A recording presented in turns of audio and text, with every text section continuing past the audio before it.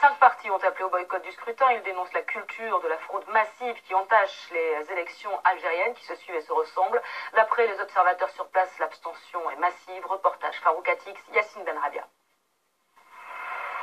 Pas vraiment l'influence des grands jours à la mi-journée devant ce bureau de vote de Sidi Youssef dans la banlieue d'Alger. Si la police a pris position ici dès les premières heures, les électeurs de ce quartier populaire se font encore rares.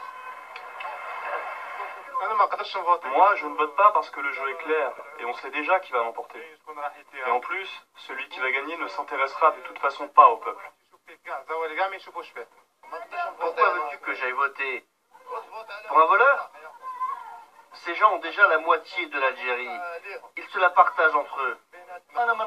Moi, je ne peux pas voter pour un président en chaise roulante. Je ne peux pas lui donner ma voix. Et les autres candidats, on peut clairement pas leur faire confiance.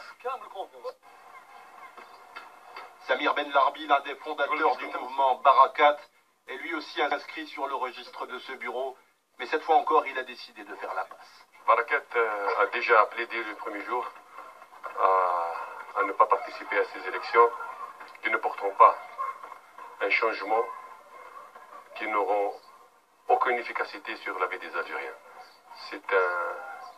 C'est une continuation d'un système.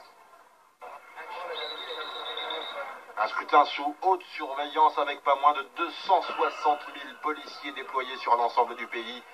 Les résultats officiels devraient être connus demain dans la journée.